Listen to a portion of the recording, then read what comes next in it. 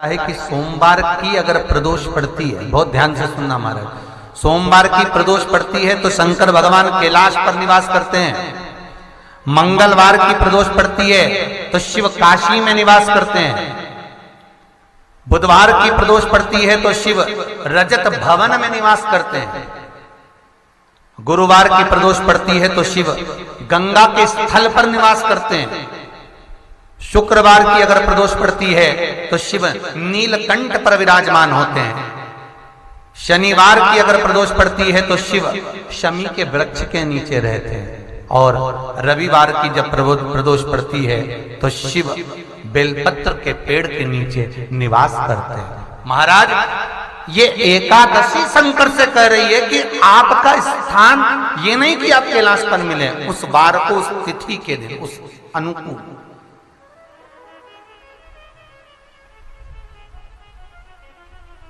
हमारे यहां कहते हैं सोमवार की जो प्रदोष पड़ती है वो इच्छा पूर्ति करती है। मंगलवार की प्रदोष रोग से मुक्ति देती है।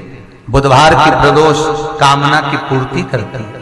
गुरुवार की प्रदोष शत्रुओं का नाश करती है। शुक्रवार की प्रदोष सुख और शांति देती है।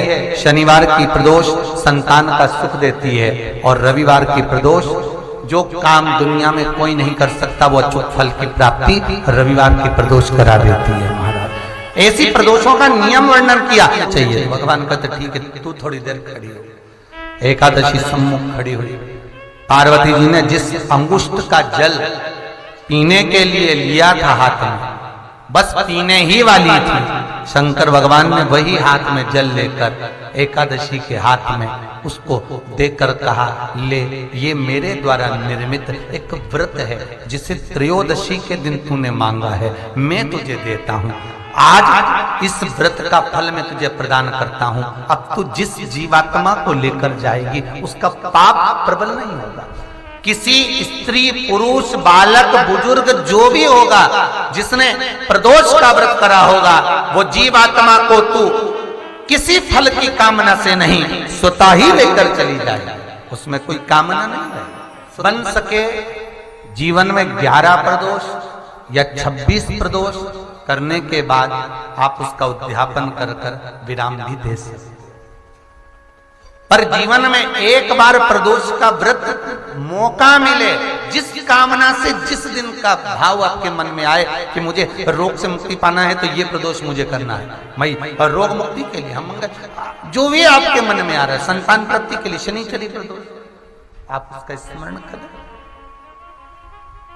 फिर लिखा शिव महापुराण में, बड़ा सुंदर लिखा वेदव्यास जी ने, मान लो आप प्रदोष का व्रत नहीं कर सकते, आप अगर व्रत नहीं कर सकते तो प्रदोष के दिन, प्रदोष काल में शाम का समय सूर्य अस्त का कुछ पल, कुछ घड़ी के पहले से लेकर बाद तक का प्रदोष काल के अंतर्गत आप शंकर जी के मंदिर में जाकर 1 लोटा पानी, 5 बेलपत्र भी अगर समर्पित करते हैं तो संपूर्ण प्रदोष का फल आपके भाग्य में प्रबल हो जाए। शिव महापुराण में इस प्रयास करना, जब जब जिस महीने में जो प्रदोष पड़ा करे, जब प्रदोष पड़े बन सके 1 बेलपत्र, बन सके 5 बेलपत्र, शमी पत्र, हरे मुंह, हरा मुंह, बेलपत्र, एक कलश के अंदर थोड़ा सा पानी लेकर 1 बेलपत्र, हरा मूंग, शमी पत्र डालकर और उसमें थोड़ा सा गुड़ डालकर भगवान शिव का स्मरण कर प्रदोष काल में, मान लो कोई काम आपका बहुत जरूरी है, बहुत दिनों से आप थक गए हैं, नहीं हो रहा, कर्जा बढ़ रहा है, धन नहीं आ रहा, व्यापार नहीं चढ़ रहा, या कोई समस्या बहुत प्रबल है, कोई एग्जाम में बैठ रहे हो नहीं हो रहा, परीक्षा भी दे दी है, रिजल्ट आने ही वाला है, तो भी प्रदोष काल में, प्रदोष के समय वो जल, मूंग, शमी पत्र और बेलपत्र और गुड़ का शंकर के शिवलिंग को समर्पित करना प्रारंभ कर दो। 2 या 3 प्रदोष करोगे, बाबा आपकी मनोकामना शीघ्र पूर्ण कर देगा। प्रदोष के दिन यदि कहीं से आपको शमी पत्र मिल जाए और प्रदोष काल में, प्रदोष का जो समय होता है शाम का जो समय होता है प्रदोष काल,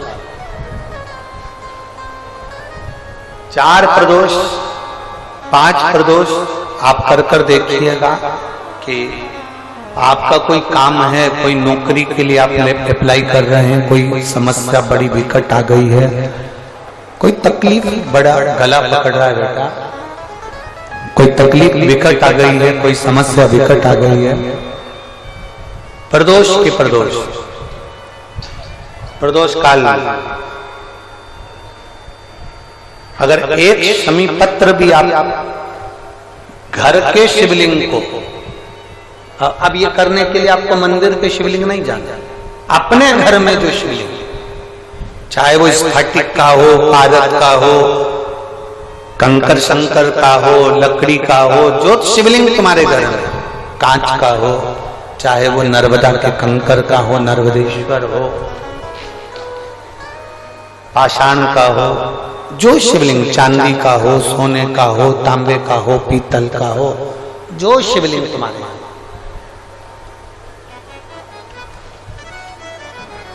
एक शमी पत्र यदि आप भगवान शंकर के शिवलिंग पर समर्पित कर रहे हो और उस शमी पत्र को उठाकर रात्रि को 9:15 की जो एक मुहूर्त होता है, एक समय होता है, जिस समय पर हम अपने मन की बात भगवान शंकर को कहते हैं, पूर्व में भी इसका वर्णन हम कर चुके हैं कथाओं में। उस 9:15 पर वो शमी पत्र को उठाकर एक कागज में, एक कटोरी में उसको रख देते, 4 या 5 प्रदोष के उस शमी पत्र को अपने पास में रखिए और जिस कार्य के लिए जा रहे हो उसको जेब में ऊपर के भाग में उसको रखकर लेकर जाइए, आपका वो कार्य सफल होकर ही रहेगा, वो रुक नहीं सकता।